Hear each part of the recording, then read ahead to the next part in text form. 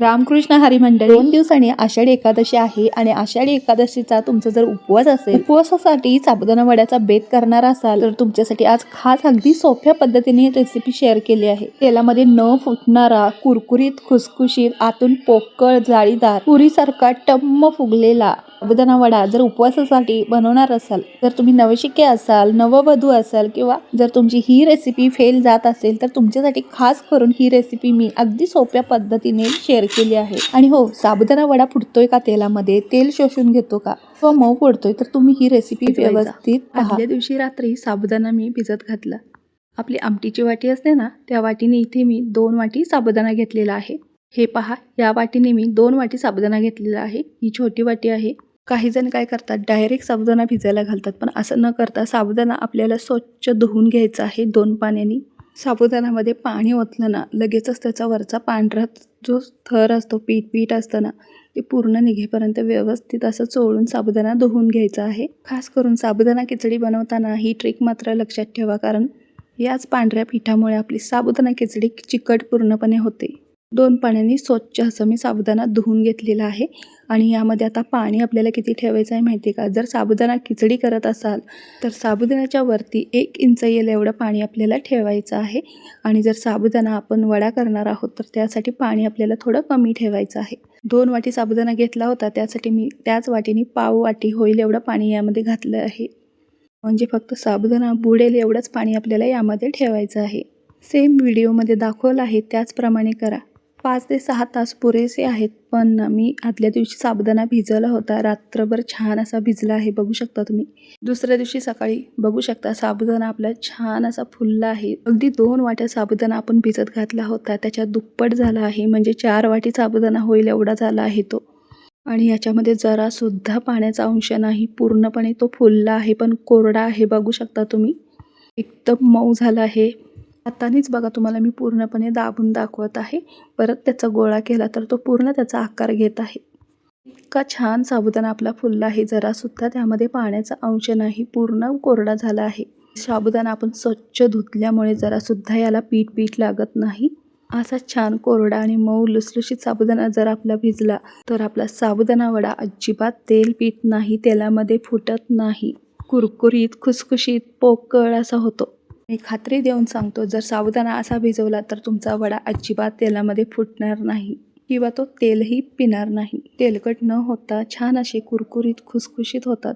साबुदाणा आपण सगळं एका ताटामध्ये काढून घेतलेला आहे। तर हे साबुदाणा भिजवलेलं भांडं सुद्धा बघा, तळातही त्याच्या अजिबात साबुदाण्याचा असा पाण्याचा अंश नाही आहे, पूर्ण कोरडं झालं आहे भांडं सुद्धा। साबुदाणा आता आपल्याला मळून घ्यायचा आहे, त्यासाठी एका मोठ्या ताटामध्ये काढून घेतलेला आहे। तुम्ही परात असेल तर परातही घेऊ शकता। 2 वाटी साबुदाणा होता, त्यासाठी आपल्याला 2 मोठ्या आकाराचे बटाटे लागणार आहेत, पण मी 2 मोठ्या आकाराचे आणि एक छोटासा बटाटा उकडून घेतला आहे, जर लागला तर तो असावा म्हणून। पण याची खरंच काहीच गरज नाही, कारण मी एवढ्या साबुदाण्यासाठी 2 मोठ्या आकाराचे बटाटे घेतलेले आहेत, तेच पुरेसे आहेत। फक्त या साबुदाण्याला बांध मिळावा म्हणून आपण बटाटा वापरणार आहोत। तो जास्त घेतला तर साबुदाणा वडा आपला मऊ होऊ शकतो, तेल पिऊ शकतो। जास्त बटाटा नाही वापरायचा, आणि जर कमी घेतला तर साबुदाणा असा मिळून येणार नाही। साबुदाणा वड्यासाठी जो आपण आकार देतो त्यासाठी बांध मिळणार नाही, तो तेलामध्ये फुटूही शकतो। त्यासाठी साबुदाणा व्यवस्थित मिळून येण्यासाठी आपल्याला इथे बटाटा योग्य प्रमाणात मात्र घालायला लागेल। एवढ्या साबुदाण्यासाठी 2 बटाटे पुरेसे आहेत। ते बटाटे मस्त असे कुस्करून घेतलेले आहेत। यामध्ये बटाटे ही जास्त आपल्याला एकदम मऊ शिजवायचे नाहीयेत। एकदम मऊ शिजलेल्या बटाट्यामध्ये पाण्याचा अंश असतो, त्यामुळे तयार केलेले हे मिश्रण सैल होऊ शकतं। पूर्ण साबुदाण्यामध्ये बटाटा मिक्स करून घेतलेला आहे। 1 मोठा चमचा भरून इथे मीठ घातलेला आहे। 5 मिरच्या बारीक चिरून घातलेल्या आहेत, आणि इथे शेंगदाण्याचा कूटही यामध्ये घातलेला आहे। ज्या वाटीने साबुदाणा घेतला आहे ना, त्याच वाटीने इथे मी शेंगदाण्याचा कूट घेतला आहे, 1.5 वाटी। शेंगदाणे मात्र तुम्ही तुमच्या आवडीप्रमाणे यामध्ये घालू शकता। जाडसर असा 1 वाटी कूट घातलेला आहे, आणि बारीक असा अर्धी वाटी कूट घातलेला आहे शेंगदाण्याचा। थोडासा साबुदाणा वड्यामध्ये जाडसर शेंगदाण्याचा असा कूट असला ना, असे शेंगदाणे असले ना की दाताखाली शेंगदाणा आलेला कुरकुरीत छान लागतो, वडाही चवीला खूप छान लागतो। तुम्हाला उपवासाला कोथिंबीर चालत असेल तर ते मात्र आवर्जून घाला। जिरं चालत असेल तर जिरंही 1 चमचा यामध्ये घाला। हे छान असं सगळं आता आपल्याला एकजीव करून घ्यायचं आहे, मस्त असं हाताने मळून घ्यायचं आहे, जेवढं मळता येईल तेवढं। ही सगळी जिन्नस एकत्र करून मी छान असं 1 मिनिटभर मळून घेतलेलं आहे। कोथिंबिरीने खूप छान चव येते वड्याला, पण कोथिंबीर आमच्या इथे चालत नाही म्हणून मी नाही घालत. जर उपवासाला चालत असेल तर घाला, नाही घातलं तर काहीही हरकत नाही. तर मंडळी, आतापर्यंत रेसिपी तुम्ही पाहता आलाच असाल. तुम्हीही याच पद्धतीने साबुदाणा वडा बनवता का? प्रत्येकाची बनवण्याची वेगवेगळी पद्धत असते. तुमची कोणती पद्धत आहे ती मला नक्की कमेंट करून सांगा. रेसिपी तुम्ही कोणत्या शहरातून किंवा गावातून पाहत आहात ते मात्र नक्की सांगा. अशा पद्धतीने एक गोळा काढलेला आहे, छान असा मळून घेतला आणि आता लाडूप्रमाणे ह्याला गोल आकार देत हातावर थापून घेत आहे. जास्त मोठा किंवा जाड, जास्त पातळ किंवा लहान असे वडे मी थापत नाही. मी मध्यम स्वरूपाचे वडे असे करते. तुम्हाला तुमच्या पद्धतीने जसा आवडेल तसा वडा तुम्ही थापून घेऊ शकता. वडा मस्त असा गोल आकारामध्ये लाडूसारखा वळवून घ्यायचा. अजिबात त्याला चिरा भेगा पडता कामा नाही आणि हातानेच असा दाबून गोल आकारामध्ये थापून घ्यायचा आहे. हे मिश्रण पूर्णपणे घट्टसर आहे, जरासुद्धा सैल नाही. त्यामध्ये तेलामध्ये टाकल्यानंतर अजिबात तो तेल पीत नाही किंवा फुटणारसुद्धा नाही. अजिबात तेलकट होत नाही. मस्त पोकळ आणि खुसखुशीत कुरकुरीत होतात अशा मिश्रणाचे वडे. एवढं घट्टसर आणि छान असं मिळून आलेलं मिश्रण असेल तर त्याचे वडे एक नंबर होतात. त्यासाठी मी सांगितल्याप्रमाणे सगळ्या या टिप्स तुम्ही नक्की फॉलो करा.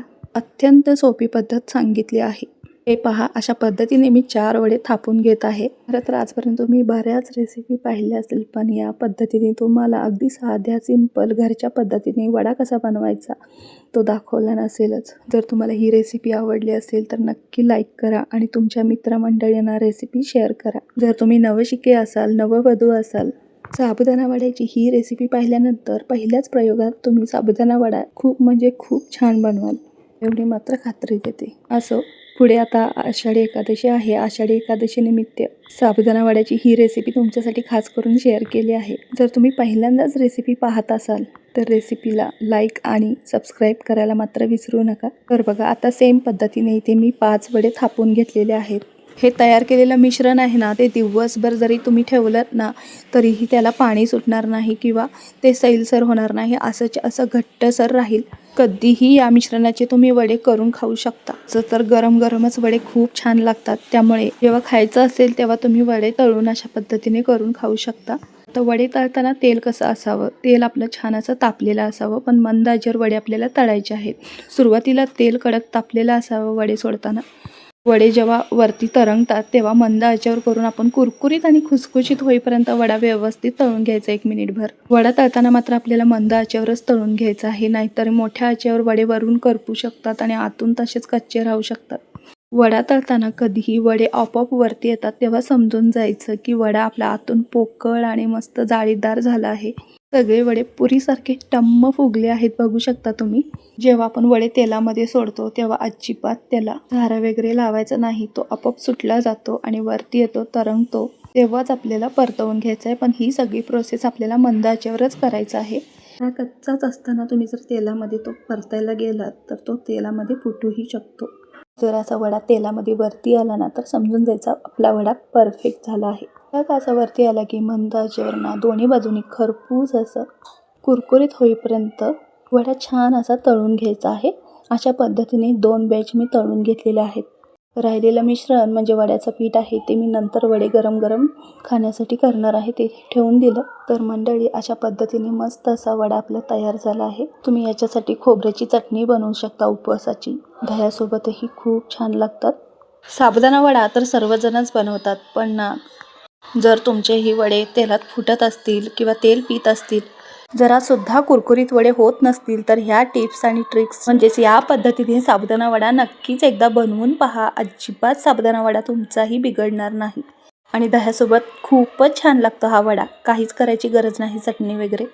मस्त गरम गरम कुरकुरीत खुसखुशीत वडे आषाढी एकादशी उपवासासाठी तुम्ही या पद्धतीने करू शकता.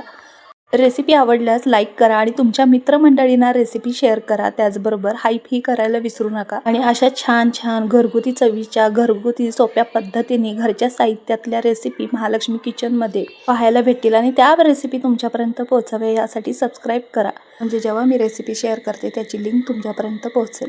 चला तर मग आत्तासाठी बाय. भेटूया पुढच्या रेसिपीमध्ये. धन्यवाद.